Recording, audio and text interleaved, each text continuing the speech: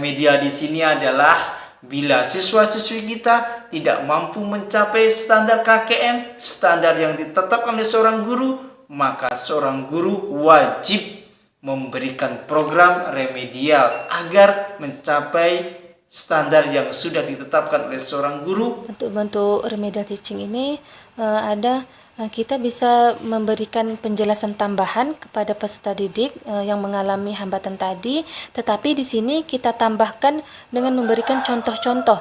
Dan yang kedua, kita bisa mengkaji ulang pembelajaran yang telah lalu.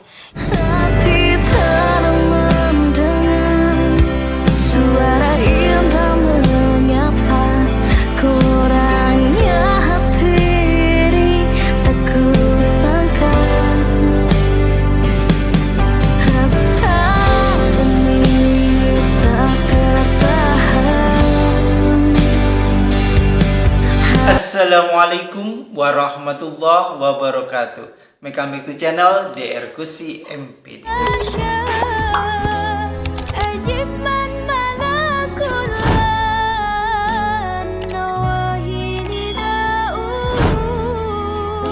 Mahasiswa-mahasiswi, sobat-sobat di channel yang dirahmati oleh Allah Subhanahu wa Ta'ala. Di perkuliahan hari ini kita akan membahas tentang remedial teaching.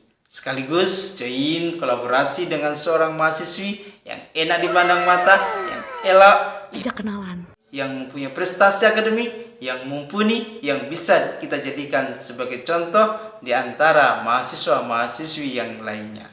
Bismillahirrahmanirrahim. Assalamualaikum warahmatullahi wabarakatuh. Perkenalkan, nama saya Lela Kasnawati. Untuk itu, jangan kemana-mana, tetapi channel kesayangan Anda untuk mendalami bagaimana menjadi seorang guru dapat membantu siswa-siswinya untuk menyelesaikan kesulitan pembelajarannya. Dan bila ada kelebihan rezeki, silahkan membeli buku saya, Diagnosis Kesulitan Belajar, yang diterbitkan oleh Farha Pustaka. Harganya tidak mahal, sesuai dengan saku. Iya.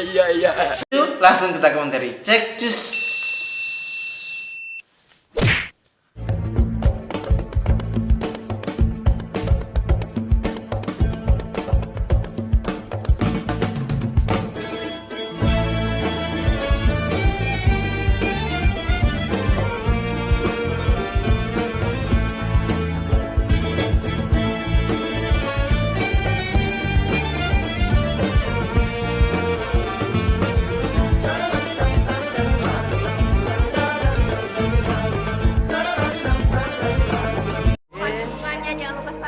Like, share.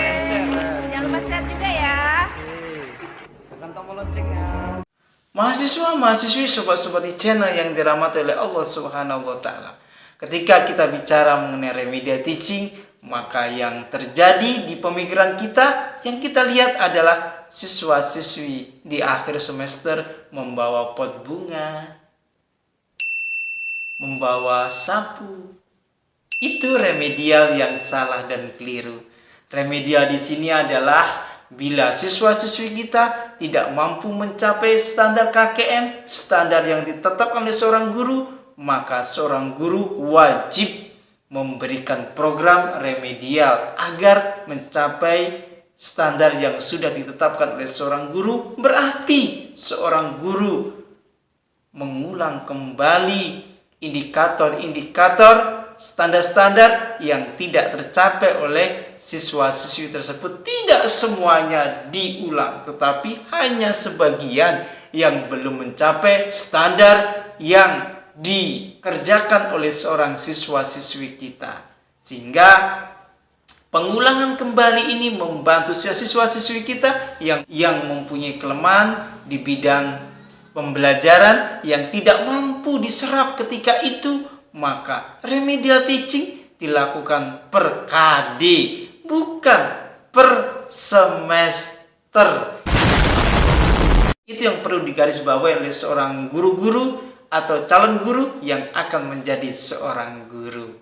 Maka ketika remedial ini dilakukan dengan baik dan benar, insya Allah siswa-siswi kita akan terbantukan di dalam memahami pembelajaran yang disampaikan oleh seorang guru yang tidak mampu diserap di dalam kelas yang sama dengan siswa-siswi yang lainnya. Itu, kita dengarkan seorang mahasiswi kita untuk menyampaikan presentasi tugas kuliahnya berikut ini. Jelaskan bagian bab 10 mengenai remedial teaching dengan dosen pengampu Bapak Dr. Iwan Agus Supriyono MPD.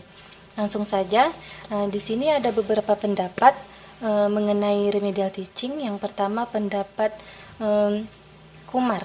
Di sini Kumar menyatakan bahwa perbaikan atau remedial teaching diartikan dalam pengertian yang lebih luas lagi untuk berkonotasi pengajaran yang berkembang dalam lingkupnya.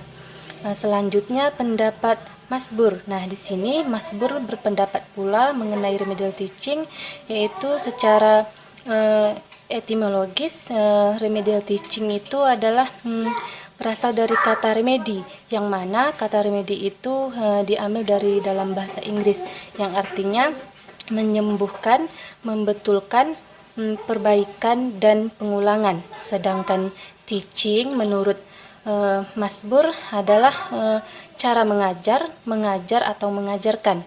Nah, dari beberapa pengertian tersebut, maka dapat kita simpulkan bahwa remedial teaching ini suatu proses pendidikan atau suatu proses program pembelajaran yang telah dibuat oleh seorang guru untuk peserta didiknya yang mengalami kesulitan atau hambatan dalam proses belajar mengajar.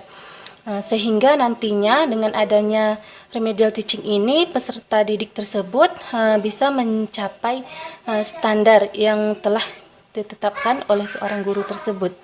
Jadi di sini jelas bahwa remedial teaching itu ditujukan khusus untuk peserta didik atau siswa yang masih mengalami hambatan atau kesulitan dalam proses belajar mengajar dengan membetulkan atau menyembuhkan peserta didik tersebut menjadi lebih baik lagi. Selanjutnya di sini ada prinsip-prinsip remedial teaching. Seperti yang sudah saya jelaskan sebelumnya, pembelajaran remedial ini merupakan suatu perlakuan khusus seorang guru terhadap peserta didiknya yang mengalami hambatan dalam belajarnya. Nah, di sini hambatan di sini bisa terjadi karena peserta didik tersebut lambatnya atau mengalami kurangnya pengetahuan, kurangnya keterampilan dan sebagainya. Jadi maka peserta didik tersebut akan lambat dalam mencapai kompetensi yang telah ditentukan. Adapun prinsip-prinsip pembelajaran remedial teaching, yang pertama itu ada adaptif, yang kedua ada interaktif, dan yang ketiga ada fleksibilitas dalam metode pembelajaran dan penilaian. Yang keempat ada pemberian umpan balik, dan yang terakhir kesinambungan dan ketersediaan dalam pembelajaran layanan. Selanjutnya di sini saya akan menjelaskan tentang bentuk-bentuk remedial teaching. Di sini ada beberapa bentuk. Yang pertama dalam bentuk-bentuk remedial teaching ini ada kita bisa memberikan penjelasan tambahan kepada peserta didik yang mengalami hambatan tadi, tetapi di sini kita tambahkan dengan memberikan contoh-contoh. Dan yang kedua, kita bisa mengkaji ulang pembelajaran yang telah lalu. Yang ketiga, melaksanakan kegiatan fisik atau aktivitas fisik. Dan yang terakhir, melakukan kegiatan kelompok. Nah, itu tadi beberapa bentuk dalam pembelajaran remedial. Selanjutnya di sini saya akan menjelaskan tentang langkah-langkah pembelajaran remedial teaching. Yang pertama di sini ada kegiatan remedial, yang kedua menilai kegiatan diagonis, yang ketiga menemukan penyebab remedial atau kesulitan dalam belajar tadi. Nah, di yang keempat menyusun rencana kegiatan remedial, dan yang terakhir baru kita melakukan remedial tersebut. Remedial pengulangan kembali yang dilakukan oleh seorang guru karena siswa-siswinya belum mencapai standar yang sudah ditetapkan oleh seorang guru. Maka guru mengulangi sesuai sama indikator dan KD yang belum dimengerti dan belum dipahami oleh peserta didiknya. Demikian perkuliahan hari ini, semoga berkah dan manfaat. Bila ada kekurangan mau dimaafkan, bila ada kelebihan datangnya dari Allah Subhanahu wa taala. Dan bila ada pertanyaan, kita diskusi di kolom komentar. Billahi taufiq wal hidayah, wa ridha wal inayah, fassadul kharas, wa muwaffiq ila aqwamit thoriq. Wassalamualaikum warahmatullahi wabarakatuh.